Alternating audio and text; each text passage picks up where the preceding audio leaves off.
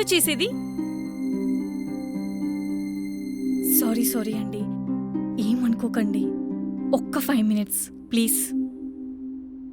Behaviour గురించి నువ్వు మాట్లాడకు. పెళ్ళి ఇంకో గంటలో పెట్టుకుని అసలేంటి మెసేజ్? అసలు నీకు మైండ్ పనిచేస్తుందా?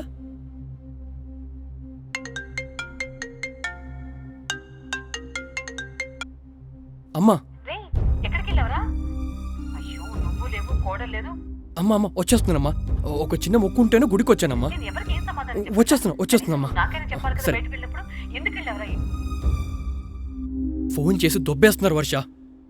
ఏం చెప్పాలి? అక్కడ అందరూ వెయిట్ చేస్తున్నారు.